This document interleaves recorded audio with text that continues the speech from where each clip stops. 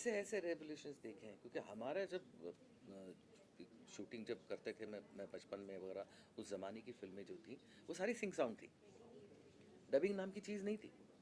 ये जितनी भी फिल्में हैं, मुग़ल आज़म हों या ये सारी फिल्में हैं, सारी सिंग साउंड है। डबिंग नाम की चीज़ ही नहीं हुआ करती थी, बिकॉज जो कैमरा था वो कम्प्लीटली साइलेंट कैमरा था, जिसका नाम था मिचेल। ये डबिंग करना शुरू कब से हुआ? जब एरीफ्लेक्स का कैमरा आया फिल्म का, जो कर्र ऐसी आवाज़ आती है उसमें, तो आपके पास दूसरा ऑप्शन ही नहीं है कि आपको डबिंग करना। मतलब मेरी गीत गाता चल फिल्म भी सिंग साउंड थी, बालिका बधू भी सिंग साउंड थी। इट वॉज अखियों के झरोकों से जहाँ से मैंने डबिंग का एक्सपीरियंस लेना शुरू किया। देखा, मैंने बोला था ना, he's got instances for everything. तो ये भी चेंजेस ही है ना। अब मैं जब एक फिल्म कर रहा था, जब सिंग साउंड नाम की चीज़ आ गई फिल्मों में भी, तो एक साउंड रिकॉर्डिस्ट मेरे पास आया, सर ये आपको माइक लगाना पड़ेगा, सिंग साउंड है ये, आपके लिए नया होगा ना, आप तो डबिंग के ज़माने के हैं। मैंने कहा आजा इधर बैठ जा। उसको बिठाया, उसको समझाया कि पहले फिल्में कैसे बना करती थी। वो जो बूम मैन हुआ करता था ना, जिसके पास एक ट्राइपॉड था बड़ा, और ऐसा इतना बड़ा माइक, हाँ एजाज, और एक हाथ में ये ऐसा घुमाने का, एक हाथ में ऐसा घुमाने का, मतलब ऐसे घुमाना मतलब ये यूं यूं होता है, अच्छा। और ऐसे घुमाना मतलब टिल्ट अप टिल्ट डाउन, ये होता है, इतना बड़ा माइक। और जितने भी आर्टिस्ट थे सबको वो एक माइक कैच करता था, क्योंकि जो साउंड अभी शॉट के वक्त जो लिया गया है वही साउंड ऑडियंस को सुनाई देने वाला है, इसलिए उसका क्रिस्टल क्लियर होना बहुत ज़रूरी है। और साउंड जो रिकॉर्ड हुआ करता था वो 35 की BASF नाम के कंपनी की एक 35 की मैग्नेटिक टेप जिसको बोल सकते हैं हम लोग, बिकॉज वो पूरी डिजिटल थी। ओके। मतलब हाँ पूरा हाँ ये हाँ था हाँ मैग्नेट, ये हाँ। ब्राउन कलर की, जिस पे वो ऑडियो रिकॉर्ड होता था। ख़ास तौर पे एक मशीन उसकी अलग हुआ करती थी। तो वो ज़माना था, और वो जो बूममैन था वो किसी भी स्टार से कम नहीं हुआ करता था। वो बूम के नीचे उसके लिए बैठने को कुर्सी और एक स्पॉट बॉय, उसके लिए कब उसको पानी चाहिए, चाय चाहिए, बिस्किट चाहिए, जो भी चाहिए, वो देखने के लिए। और रिहर्सल होगी, डायरेक्टर ने बोला चलो ओके टेक करते हैं, तो ये बोलता था मुझे एक रिहर्सल चाहिए, आपके बाप को देनी पड़ती थी। You couldn't say no to him, you had to obey what that boom man says. तो ये तो सब देखा हुआ है ना। अब ये सब चेंज हो गया, everything is change, but change is something which I think one must accept and go forward in life and keep on learning कि ये क्या है, ये क्या है। आज मैं जब इन लोगों के साथ में काम करता हूँ ना, बहुत कुछ सीखने को मिलता है। और जितने आप आंखें और कान खुले रह के काम करेंगे ना, तो आपको मिलेगा कुछ ना कुछ। रिसेप्टिव आप अगर रहेंगे तो आपको मिलते जाएगा सब कुछ। ये सोचते बैठेंगे कि मैं इतने साल से हूँ और मैंने ये किया है, मैंने वो किया है, तो आप कुछ नहीं कर पाएंगे ना कुछ। ये नया जो ढंग है ना, मतलब वेब सीरीज़ की performance as an actor is vast different than your film acting या टेलीविजन एक्टिंग। तो वो एब्जॉर्ब करना चाहिए ना आपको। वो कैसे होगा? इनके साथ काम करेंगे तभी तो आपको सीखने मिलेगा कि भैया ये स्टाइल है, ऐसा करके देखो, इनका ये लेके देखो, फिर अपने तरफ से उसको इम्प्लीमेंट करो, ताकि वो आपका अपना लगे। ये सारी चीज़ें हैं ना, एक्सेप्ट करो। हाँ, ये मत सोचो नहीं नहीं मेरा है, मैं ये, तो फिर रह जाओगे उधर ही। आगे बढ़ना है तो एक्सेप्ट करो। सही बोल रहा हूँ। बराबर, बिल्कुल। बहुत अच्छा लगा आप दोनों से बात करके, बहुत कुछ सीखने मिला है आज, और बहुत ज़्यादा बेसब्री से इंतज़ार कर रहे हैं सभी सीज़न 3 का। लास्टली आप सभी के लिए क्या कहना चाहेंगे? 26 मई। प्लीज़ देखिए, और उसके पहले अगर आपने सीज़न 1 सीज़न 2 नहीं देखा है, this is the right time, जाके देखिए बिल्कुल। और सीज़न 3 एंजॉय कीजिए। और देखिए हम दोनों एक दूसरे के साथ कैसे दुश्मनी करते हैं, हम दो एक दूसरे को कैसे हेट करते हैं। हाँ, हालांकि हैं बहुत अच्छे हम लोग दोस्त साथ में, हाँ, we have enjoyed working together, लेकिन इसमें देखो आप हम क्या क्या करते हैं एक दूसरे के साथ। ठीक है, thank thank you you very so much. Much. Thank you. Bye. Shall we start? या Well, so सबसे पहले सीजन 3 के लिए बहुत बहुत बधाइयाँ, क्योंकि बहुत बेसब्री से सभी इंतज़ार कर रहे थे कब आएगा सीजन 3। अब तो आ ही गया है, ट्रेलर हमने देखा, बहुत अमेजिंग है।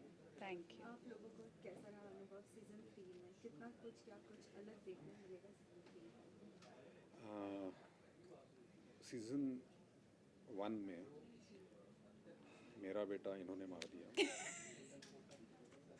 सीजन Season 2 two में में, इनका बेटा मेरा बेटा इन्होंने मार दिया। इन्होंने एक्चुअली नहीं मारा, बट काइंड ऑफ। मतलब I was responsible for Yeah. It. But the thing is that के सेकंड सीजन में एक ऐसे जंक्चर पे कहानी आके खड़ी है जहाँ पे ये दोनों टूट चुके हैं अपने अपने जो कारण है उसकी वजह से। तो इसके आगे अब कहाँ जाएगी कहानी, तो ये उत्सुकता बहुत है। जब सेकंड सीजन रिलीज़ हुआ था, बहुत सारे लोगों ने देखा था और तब भी काफ़ी लोग पूछ रहे थे कि अब हमसे रुका नहीं जा रहा, आप कब ला रहे हैं थर्ड सीज़न। तो मेरे ख्याल से नागेश और रोहित, जो हमारे मतलब नागेश निर्देशक भी हैं और लेखक भी हैं, और रोहित जी ने लिखा है उनके साथ, तो उन्होंने जिस तरह से कहानी को आगे बढ़ाया है, एक तो अहम सवाल उसमें ये है कि ये जो दोनों हैं जो एक दूसरे के इतने खिलाफ थे दोनों सीज़न में, अब इनका रिलेशनशिप कैसे होगा, ये कहाँ जाएंगे दोनों एक दूसरे के साथ, ये जो पर्सनल चीज़ है। और दूसरा है ऑफ कोर्स पॉलिटिक्स। तो उसमें फिर जो अंदरूनी जो उनके दुश्मन हैं वो तो हैं ही, जैसे गुरव हैं, लेकिन फिर और भी दुश्मन इसमें हैं जिनसे इन दोनों को टकराना पड़ता है। तो मुझे लगता है कि बहुत ही एक तरह से जो लोगों को चाहिए था कि ये कहानी वैसे ही उसी रफ्तार से आगे बढ़े, तो मुझे लगता है कि उसी रफ्तार से, बल्कि उससे थोड़ा ज़्यादा ही कहानी दिलचस्प है। प्रिया, आपसे जानना चाहेंगे, बीटीएस मूवमेंट मैंने बहुत सारे देखे हैं जहाँ डायरेक्टर बहुत कुछ इंस्ट्रक्शन दे रहे हैं कि नहीं बस अभी यहाँ पे ये इतना ही काफ़ी है और हमें टेक्स लेने की ज़रूरत नहीं है। जहाँ सचिन सर ने भी बोला उन्हें जितना चाहिए वो उतना ही लेंगे extra। कैसा रहा आपका अनुभव जब डायरेक्टर्स ऐसे मिलते हैं जो जिनके साथ कोऑर्डिनेशन इतना अच्छा होता है कि फिल्म इजीली बन सकती है, सीरीज इजीली बन सकती है? आई थिंक नागेश सर के बारे में कहूँ तो वो बहुत प्रिसाइज तो हैं ही, लेकिन वो ऑप्शंस भी ट्राई करते हैं। ऐसे नहीं है कि उनके दिमाग में जो टेक है अगर आप वो कर दे परफॉर्म तो वो रुक जाए। वो कभी कभी वेरिएशंस ट्राई करते हैं कि हम ऐसा हमने किया है लेकिन क्या हम ये ट्राई करके देखें।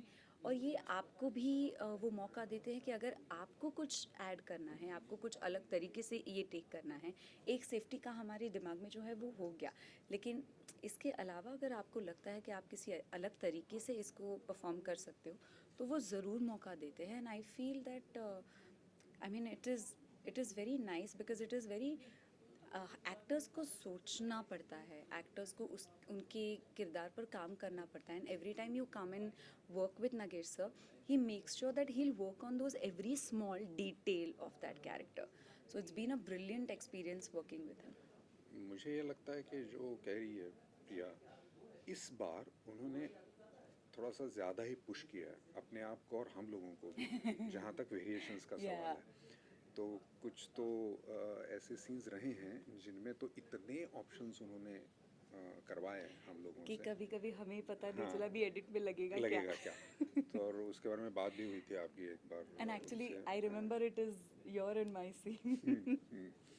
तो सी, ये जो फॉर्मेट है ना, इसका यही मज़ा है कि मतलब ये 4 साल से हम लोग ये कर रहे हैं और यही किरदार निभा रहे हैं हम 4 साल से।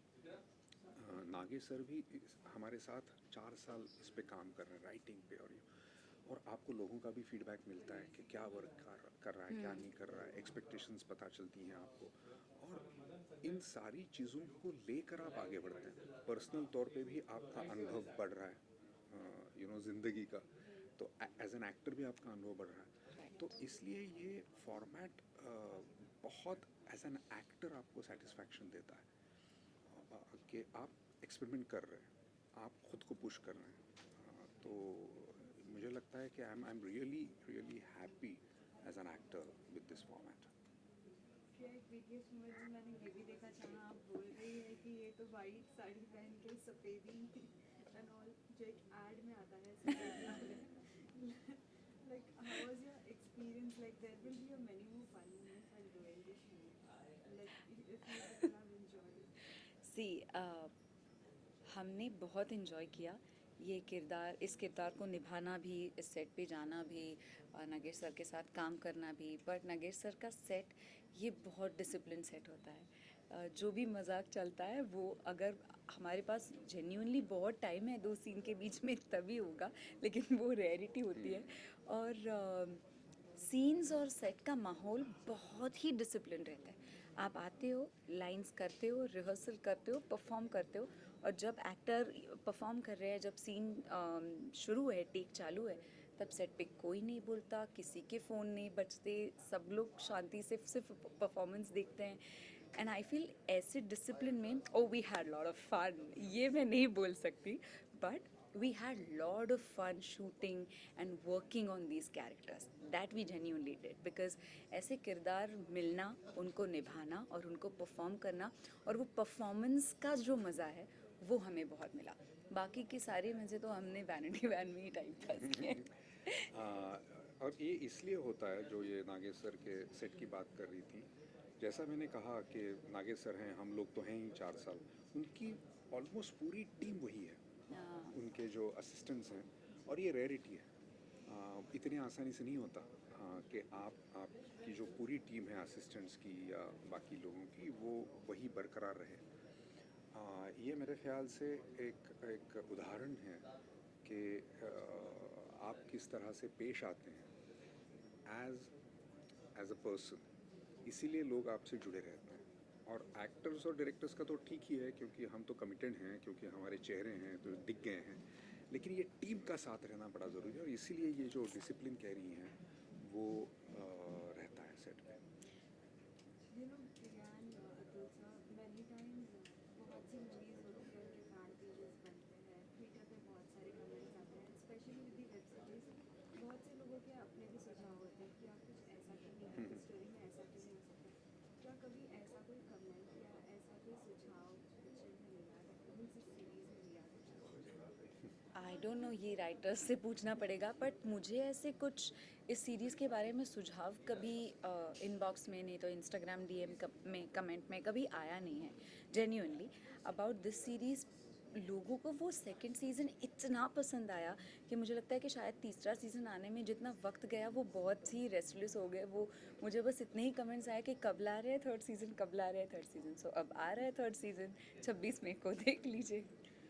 मेरी एक बहुत करीबी दोस्त है, वो जैसे ही सेकंड सीज़न ख़त्म हुआ तो उन्होंने मुझे फ़ोन किया और कहा कि थर्ड सीज़न में ना ये होने वाला है।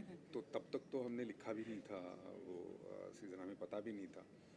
तो आई एम श्योर जब वो ये थर्ड सीज़न देखेंगी तो ज़रूर मुझे फ़ोन आने वाला है कि देखा। एक चीज़ एक्चुअली है, सेकंड सीज़न की एंड में एक खाली कुर्सी दिखती है और पूर्णिमा गायब हो गई है, पता नहीं कहाँ पे।